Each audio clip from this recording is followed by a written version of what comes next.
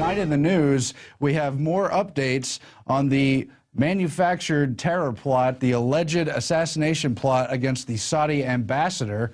Paul Watson writes, the assassination plot was pushed by a DEA informant. The suspect, our Bob Shear, thought he was involved in a drug deal. This was tied allegedly to the Iranian government as well as Mexican drug cartels, according to Attorney General Eric Holder, himself under fire for the Fast and Furious scandal tied to gun walking with Mexican drug gangs. A great smokescreen as they try to flare up for war in the Middle East with Iran.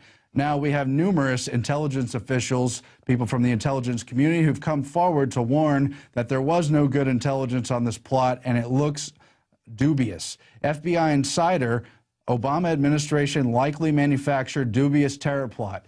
Now, you heard on the program today Lieutenant Colonel Anthony Schaefer saying he spoke to an FBI insider who said there was no files linking this plot anywhere inside the Department of Justice, files that it was most likely just cooked up for political purposes.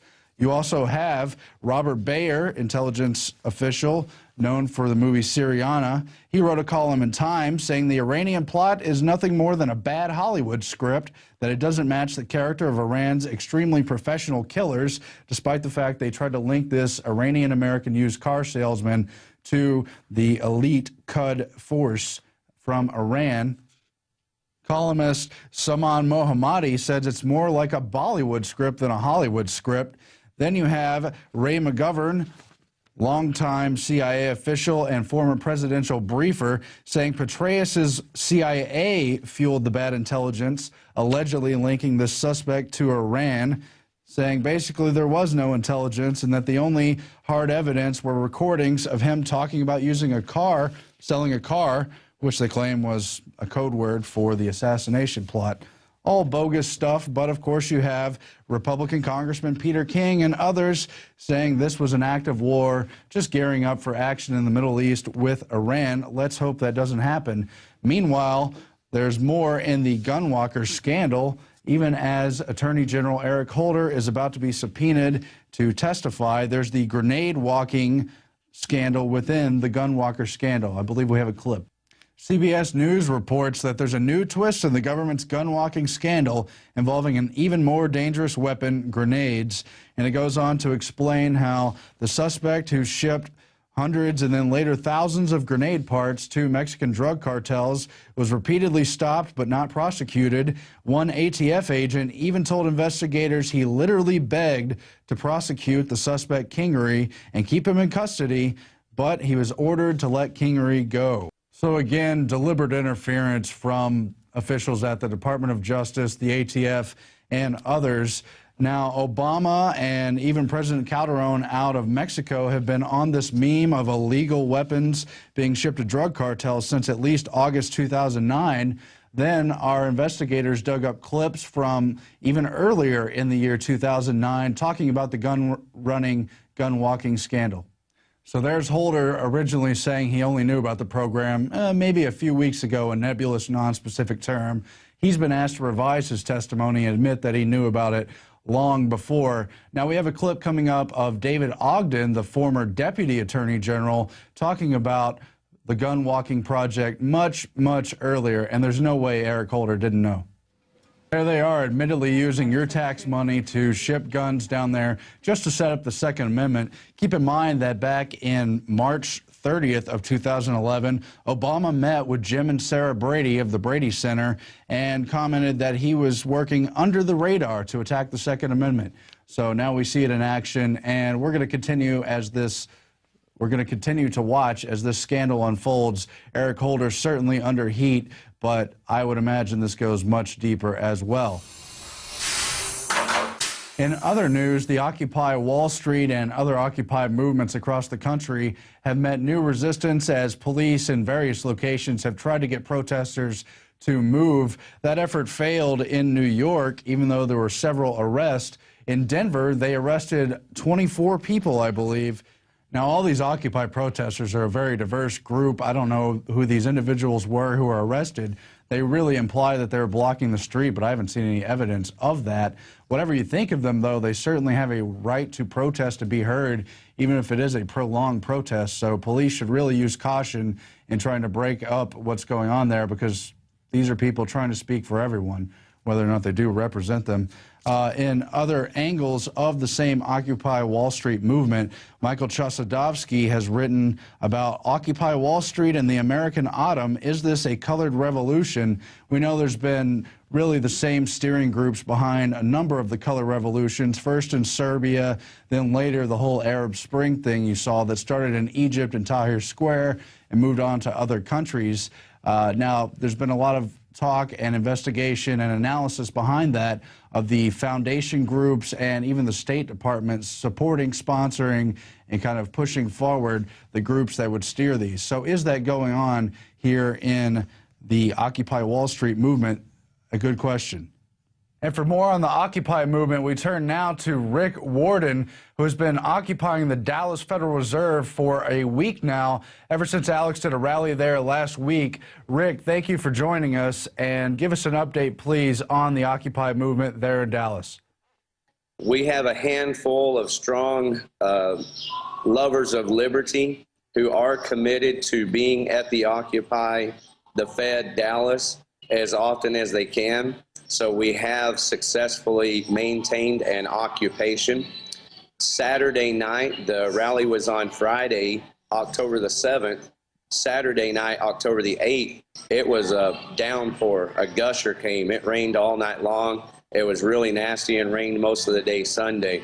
So that really put a damper on our occupation. But we are there holding it, and we are going to continue to occupy the Fed here in Dallas. Now, they continue to have fairly large Occupy various cities across the country as part of the other part of that movement. The Federal Reserve movement doesn't have the numbers, but I assure you that presence sends a big message to the authorities in those buildings. We know Richard Fisher last week was talking about how he sympathizes with the Occupy protesters, how he's trying to help them with jobs. You know, just on the heels of Alex bringing a lot of people to that rally. Now this week, he says the Fed's already done all they can do to help with jobs. So it continues to be up to protesters like you to spotlight the problems the Federal Reserve is causing systematically. That's correct. And what are you going to do? We're just having fun with it. We would like for Richard W. Fisher to just come on down and be the next contestant on the Occupy the Fed Dallas program. We'll get it on video and give him an opportunity to answer openly and honestly some questions for, you know, those people that don't have jobs. Sure. Now, you mentioned before when we were talking, getting ready for this interview, how many of the Occupy Dallas protesters have very similar frames of mind. There's different groups within that group, but many of them have already marched to the Fed. They did so a week ago, even ahead of Alex's rally, and they continue to be part of the subset movement, Occupy the Federal Reserve. That is correct. They won my heart over for sure. On their first march, they met at JFK Plaza. So, you know, that's a shock to the system right there. You know what I mean? And then their first march was to the Federal Reserve building in Dallas with, they said their numbers were 1,000 to 1,500. There should be videos on YouTube.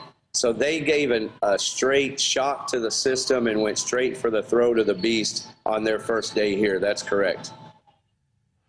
Yeah, now we know the larger Occupy movement, there's been factions on the left trying to co-opt what's going on, but we know many of the people on the ground have their own views. Do you have any indicators as to what direction the larger Occupy movement is headed? Well, yes. We watched the video last night with Judge Napolitano where it's a letter or a message to Occupy Wall Street where he basically compares the Tea Party and he did a good job recognizing Ron Paul as the originator of the Tea Party and how the Love Revolution had an official Tea Party with Ron Paul present in his district in Lake Jackson. And so he recognized that and showed how it had been co-opted, compared that to the Occupy movement, and I think sent a real message to the people that do have the same spirit that we have that are in this movement. Sure, yeah. At the higher levels of the hierarchy, we've seen people as high up as Al Gore endorsing, an Arab Spring type movement in the U.S. We know they want to take a lot of that energy and fuel Obama or whoever might be leading the Democratic Party by next year, but there's so much else going on that movement. And I think it's just very encouraging that they continue to have a presence in cities all across the states, including Dallas. Now, what did you think of the rallies themselves for Occupy the Federal Reserve that took place last week? Alex kicked it off in Dallas. There was one in San Antonio, Houston. They've been in other cities across the U.S. as well, notably Boston, where there was thousands of people protesting outside. What kind of signal do you think that sends to the system, Rick? It's obviously a wonderful shock to the system. We know who we're dealing with. We're dealing with crooks. We're dealing with people that just do not know the concept of being honest and open and fair. And so, they've obviously done a fine job of establishing their programs in this society today. But people are waking up. That is obvious. And when you do the types of things that we are doing, occupying the Fed around the nation, yes, what to expect from it, I don't really know. But I know that right now, today, we have the attention of the people that we need. Mm-hmm. And we know police across the country in New York City and Denver have begun to move many of the Occupy protesters away from the places they've been. There have been a few arrests across the country. You told me before they plan to relocate the Occupy Dallas movement coming up on Sunday, I believe you said. Has there been any interference at all at the actual Federal Reserve, which, of course, is private property? No, there hasn't.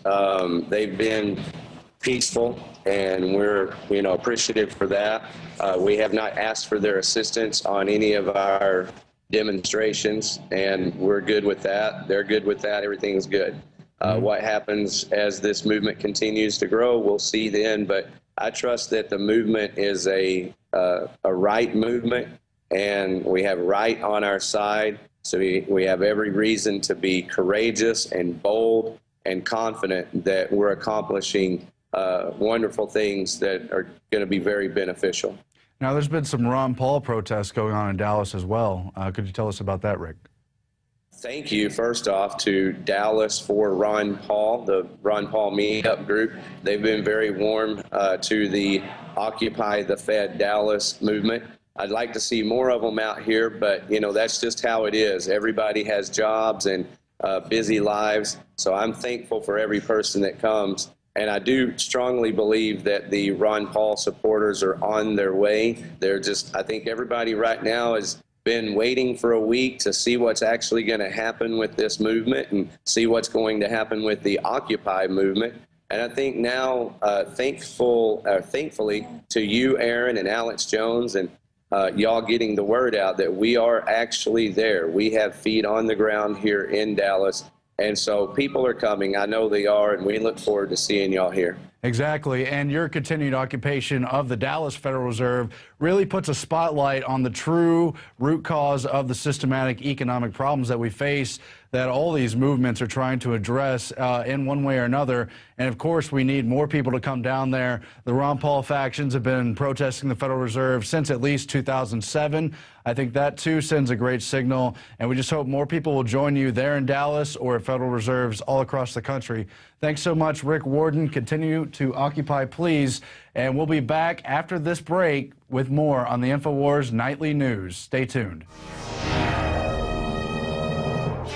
If you believe in this information and want to support its viral spread, go to the InfoWars store at InfoWars.com. We've got the new G.I. Joe InfoWars T-shirts. We've got the incredible Pro Pure gravity-fed filters available at InfoWars.com in the store. We've got a new DVD, Scientists Under Attack, the Don't Tread on Me flag. We've got all sorts of different bumper stickers to help spread the rebellion virally. It's all there, wristbands, citizen rule books in every order. Order online at InfoWars.com today. The water filters, the canteens, it's all there, InfoWars.com.